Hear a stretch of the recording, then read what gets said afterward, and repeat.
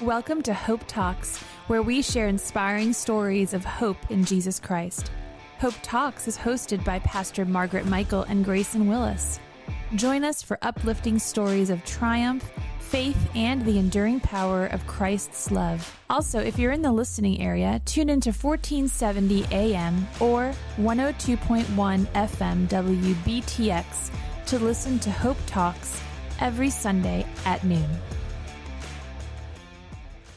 Welcome to today's broadcast of Hope Talks. I'm Grayson Willis. And I'm Pastor Margaret Michael. Thanks for tuning in, and today we're joined by Ashley Bellamy. Ashley, how are you doing today? I'm super.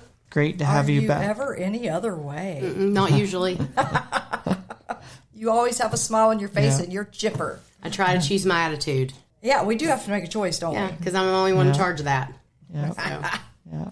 So, Pastor Margaret, would you like to say why we had Ashley in today? Yeah, we were just talking one day about who we could have in to be a part of the podcast. And I said, why don't we have Ashley Bellamy in? Because Ashley is involved in the community and does such a great job with Chick-fil-A. I mean, the lines are out 33.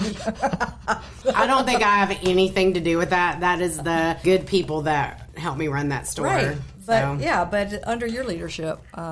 And so, I've known your name since was Ben that was here, right? Mm-hmm. Both of them were here. Both of my kids were here.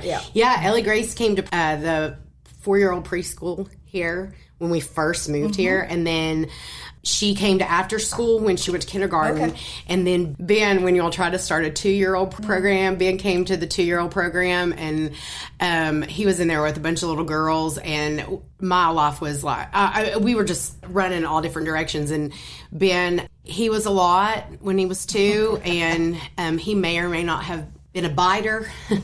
And so it ended up that the teacher was leaving. They were getting a new teacher, and Ben bit somebody at preschool, which kids do. I mean, and nobody was really angry, but we never came back. So he was a 2-year-old dropout.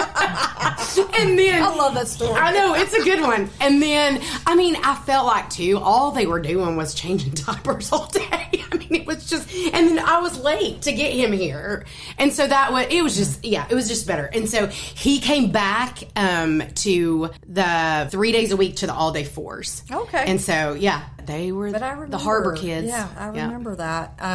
And so your name has been out there for a long time, and I've gotten to know you better over the last few years. Yeah. And I know that you are very involved in the community. And, we first started really having these conversations around the Isaiah house, Isaiah 117 house. And, I know that you even, mentor people behind the scenes and, things that people don't know that you do. Mm-hmm. And so we were just talking about it. I'm like, well, let's just have you in and talk about, what inspires you to be invested in the community, which we'll hopefully go hear some about that. But when you sat down today and you started talking about you recently won an award with the chamber, what was that? The name of it? I'll mess it up. Yeah, it's called the Community Champion Award, and the best part of that whole thing was it was like a total surprise.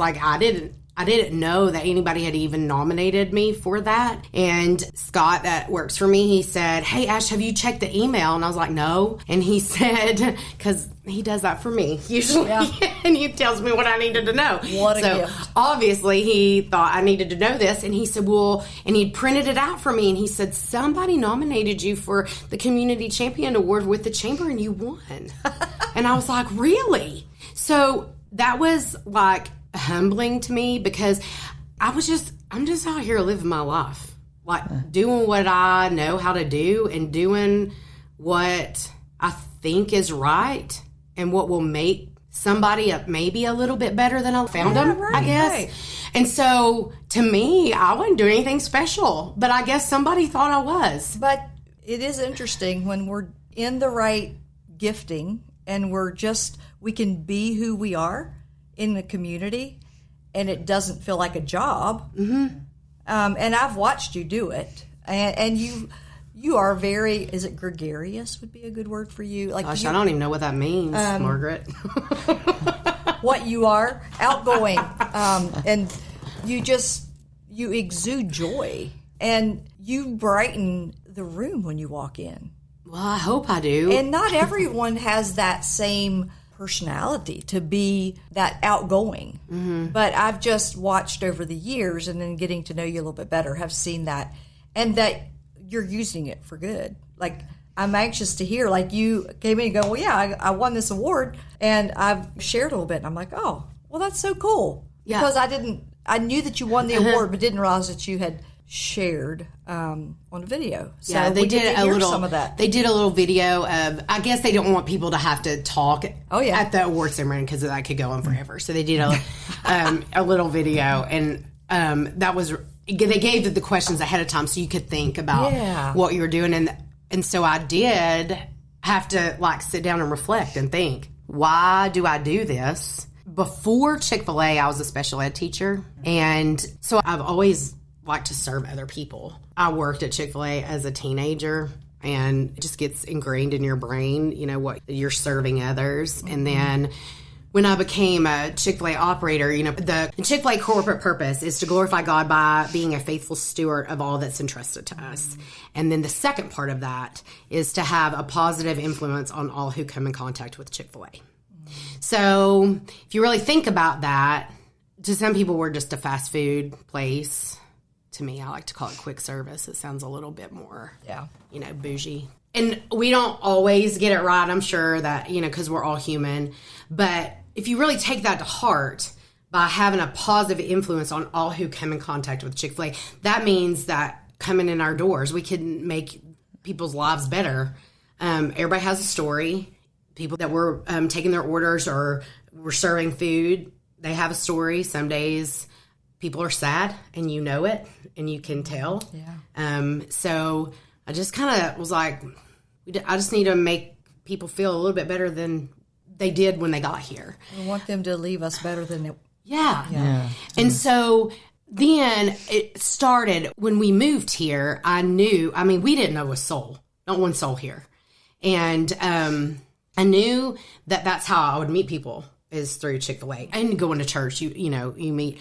But we were really, really, really busy, and we had little kids. And we had to make time for doing exactly what was important. Yeah. And so trying to get our doors open. And then you start doing things in the community, marketing and stuff like that. And so we started with the schools. And we have had spirit nights at our restaurant for the 20 years we've been open, or 19, let's just say. We've been open 20 years, but it took us a little while. And so that means that the schools come in, and from 5 to 7, and the proceeds of sales go to the school. And it's so much fun because as we have evolved, the principal's there, like shaking hands with the kids. You know, the kids think that the principal probably sleeps at the school, especially little elementary school kids. And so that's so fun to watch. The teachers interact, and then they get to be there with their buddies. And all I have to do is eat, and then we give them some back. So that's kind of where all that started. And then, we get donation requests all the time, and it's a lot. And we try to help as much as we can in a reasonable fashion. Right. Yeah. But we've had to put some parameters around that too. Like, you have to submit within 30 days and different things like that. But we try really hard not to say no if we can help it. Yeah.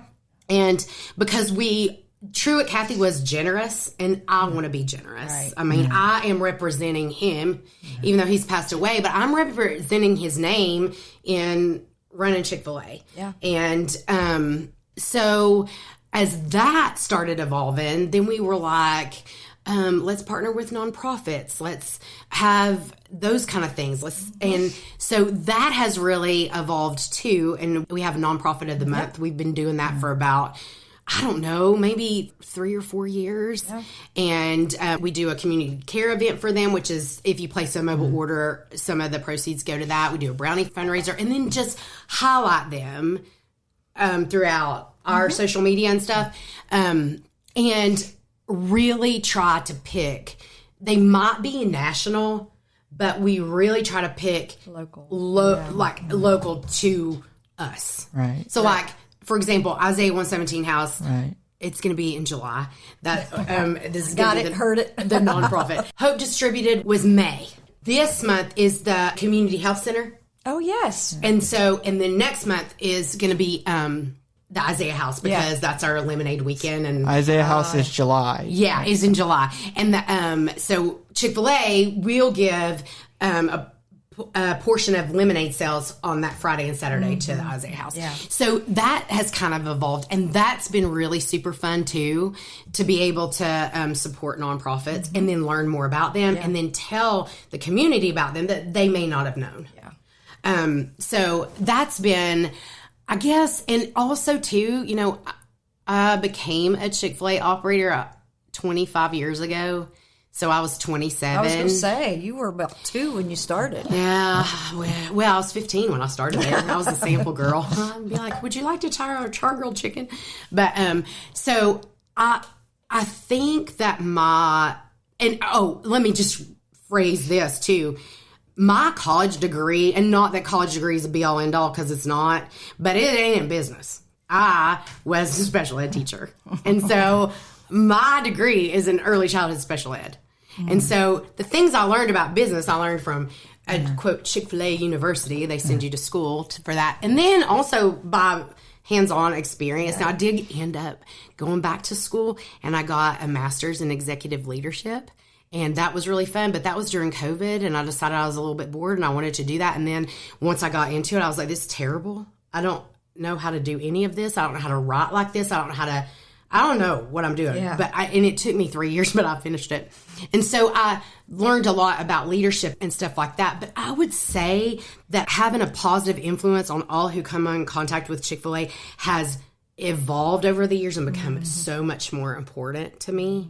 And then how important it is to be a part of your community, because a lot of people see us as a chain restaurant, because we are, but we also, each Chick-fil-A is individually owned and operated. Right. So the operator, that's me, we live in the community that we serve, and we're hiring the people, we're providing jobs, all of those things.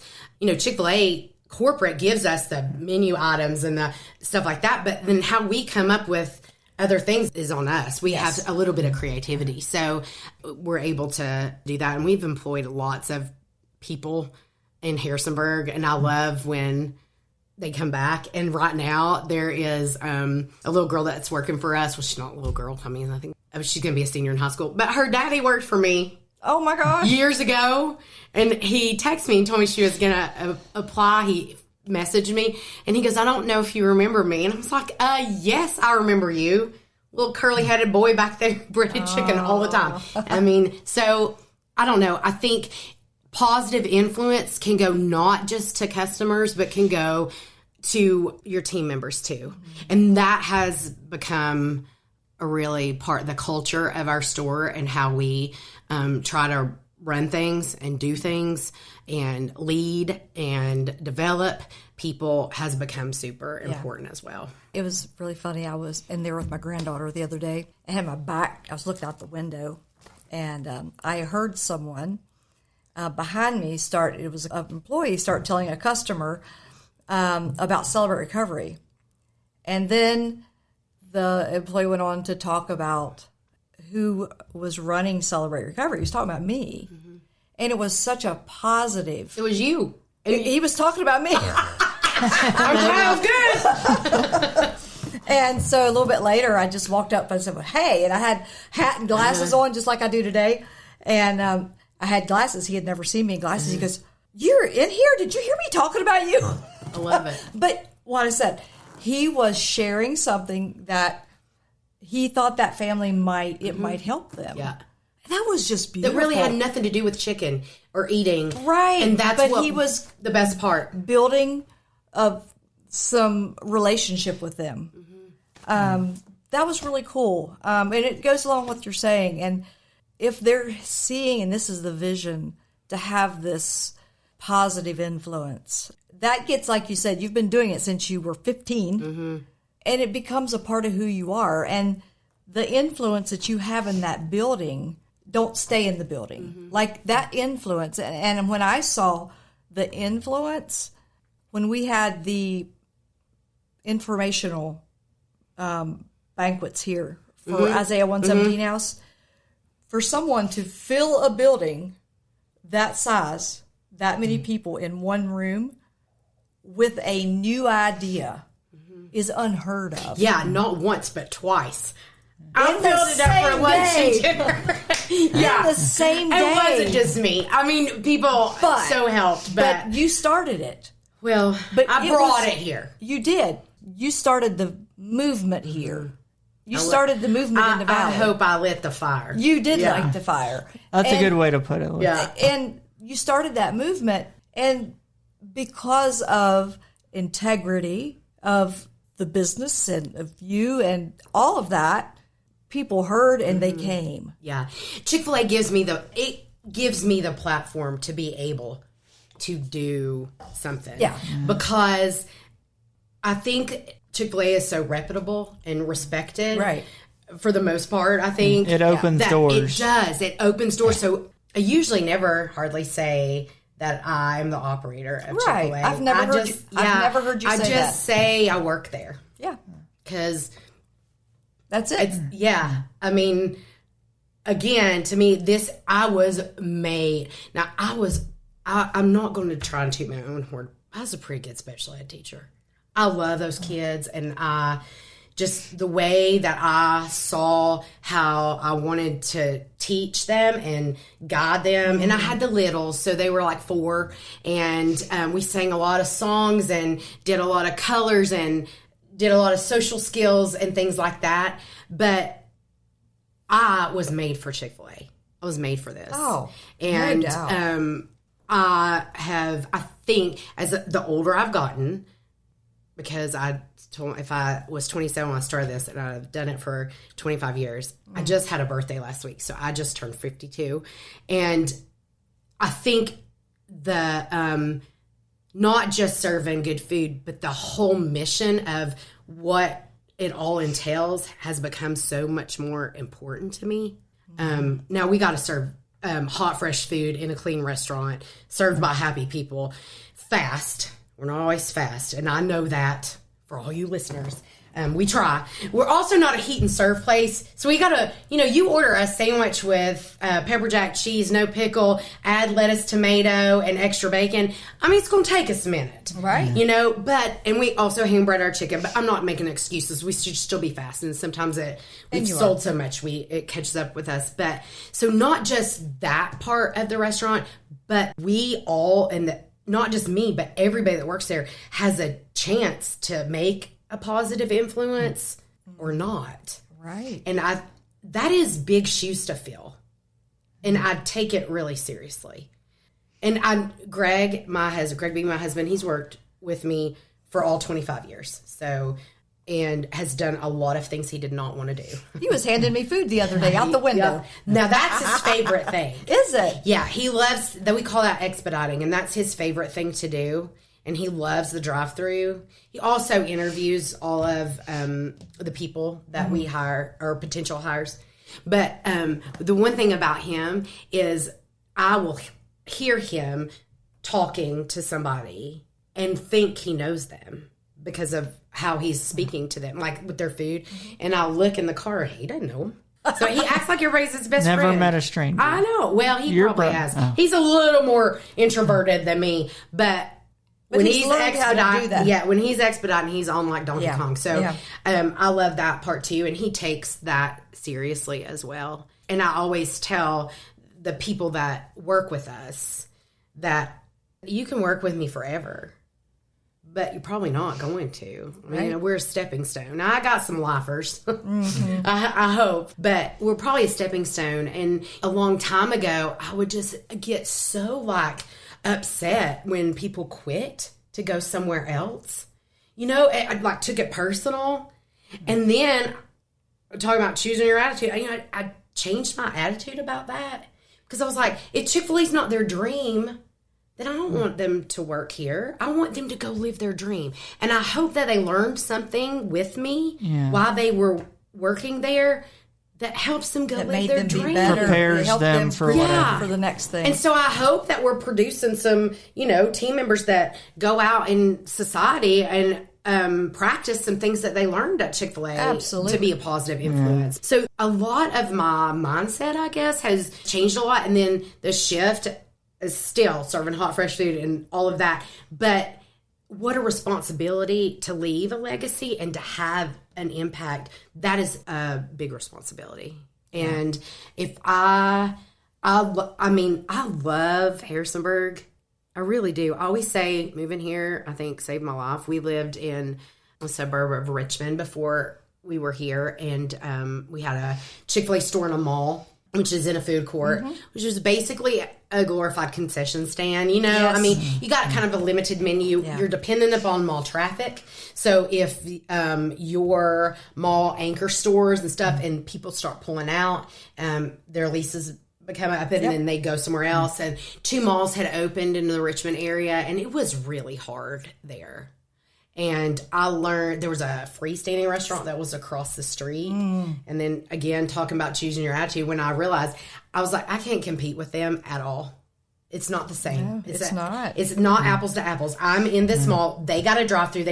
I can't compete with them, so I don't need to try. That's right. And so we really started focusing on just the mall. Like, that was my community. So I knew every mall employee. I knew the girls that worked at Gap. I knew the people that worked at Dillard's, because I would walk through their children's department every day that I would park. And there was this little monster sweater that I wanted to buy Ben so bad, and it was so expensive, and we were so poor, and I did not need to spend $50 on a sweater for my 2-year-old. I mean, come on. I did. But anyway, so we knew the people at Dillard's. We knew, just a lot of different people, and that became our community. Right. And we didn't step out a whole lot outside of that because there was the freestanding restaurant. We couldn't really compete with that. So, like, we had a little playground in our community, like stuff you could crawl on and stuff. So we started like a little thing called Come and Play at Chick-fil-A, and we'd go down there and have a story time and stuff. I mean, wow. I was we were pretty creative. We didn't tried anything once.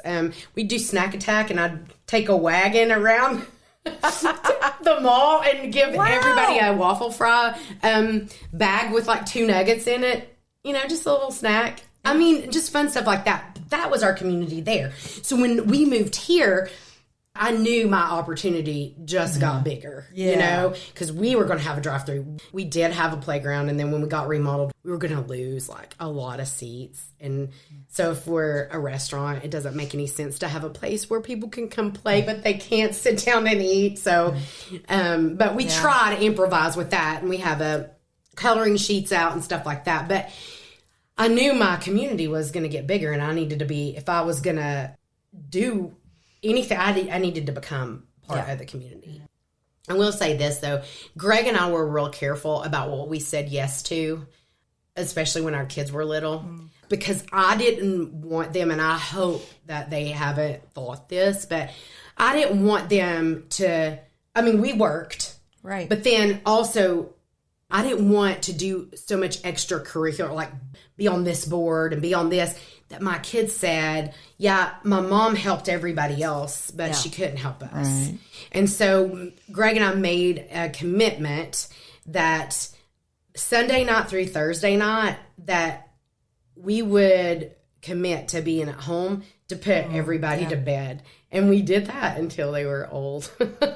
You know, what a great goal. Ellie Grace was old, and she'd go, Mama, will you fix my covers? You know, so we really try to do that. So people would ask us sometimes, hey, will you be on this board? And okay, what time does it meet? Well, it meets on Tuesday night at 6. Well, no, we can't.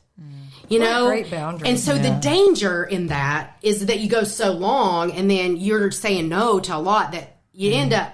And then finally, when our kids were, you know, old and stuff, and we would do things if they were together. So it wasn't like we didn't do anything, but, and so now, you know, my kids are grown. They're 25 and 22 and, you know, still around Harrisonburg, but it has freed up some time for us. And that happened, you know, when they went to school and stuff. And so I also think that a lot of people talk about volunteering or talk about nonprofit or organizations, but they talk about it, but they don't necessarily want to be in the mess with it. Do you know what I'm saying? Mm-hmm. Yeah. And I think we have to be afraid not to be in the mess. And so with Isaiah House, I'm super pumped about us opening. I mean, I thought maybe in 2024, hey, maybe we'll get to open in 5 years. Well, we're going to get to open in 2, which is amazing. Yeah.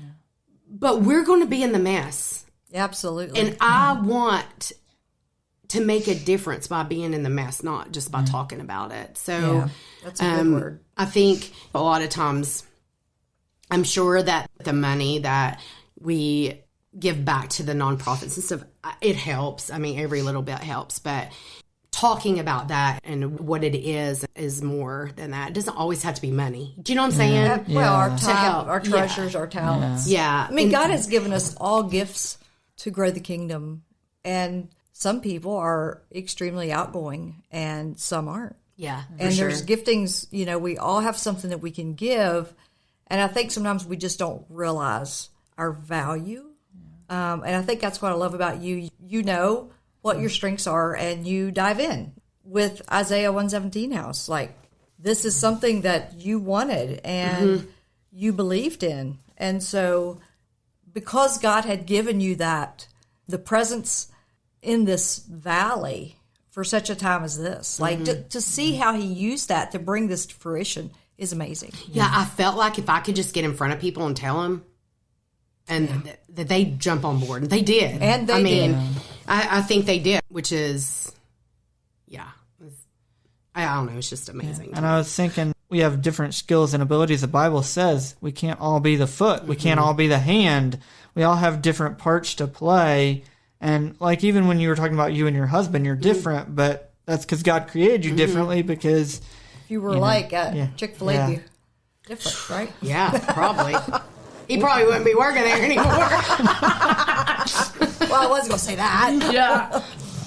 Oh, that's great. Yeah, it's just, I don't know. But it gives me the platform to be able to do that. And to me, it only makes sense that we give back to the community. Yeah. I mean, you people are the ones that eating at our restaurant. I mean, we get a lot of travelers, but I mean, a lot of townies like the Chick-fil-A too. Oh, and my so goodness. They're eating at our restaurant. So it's only natural for me to want to give back. Yeah. And I will say that for me, it's never about recognition. I mean, I believe that. We talk about the love languages.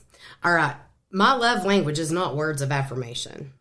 It's not. I mean, I'm going to do what I don't want to sound whatever, but I'm going to do what I know how to do. And I don't really care if you like it or not. And I'm a lot. I own it, and I know that I am, and I'm not for everybody. And that is okay. But it's never about recognition. I don't do things so that somebody will look at me and say, oh, but I don't know. No. I just don't. No. My love language is acts of service. So for my birthday, Greg B came and woke me up, and he said, he knew my friend was taking me for breakfast that morning. We were going to walk the puppies and go for breakfast. However, this is what he said. Hey, you have a full tank of gas. Your car is clean. I got it washed and vacuumed. And there's flowers, and he brought me a Diet Coke from McDonald's. Don't tell anybody that, but I love McDonald's Diet Coke. So for my birthday, he gave me acts of service. I mean, my love tank just overflowed. But for me, it's not about recognition. I could sit here and tell you things that I've done that nobody knows. That's right. Stuff for my team members, things I found out about that I'm like, okay, I can solve that problem in 2 seconds, and they are stressing out about that. There's no need for that. Right. I'm going to fix it. Yeah. And don't always tell that. Right. I don't want to. I mean, it's just, but I love to serve other people. I have a servant heart. Thank you for listening to today's broadcast of Hope Talks. You've been listening to part 1 of our conversation with Ashley Bellamy about what motivates her to serve her community and make it better.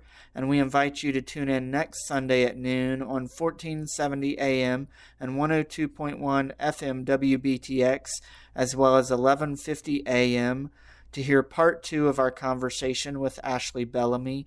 We pray that today's broadcast has been a half hour of hope for your life. May God bless. Hope Talks is sponsored by Church of the Nazarene in Harrisonburg in partnership with Sunshine Ministries.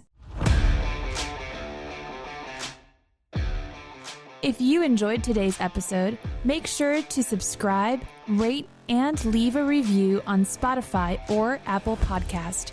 Your feedback helps us spread hope to even more listeners. Stay tuned for more uplifting stories in the next episode.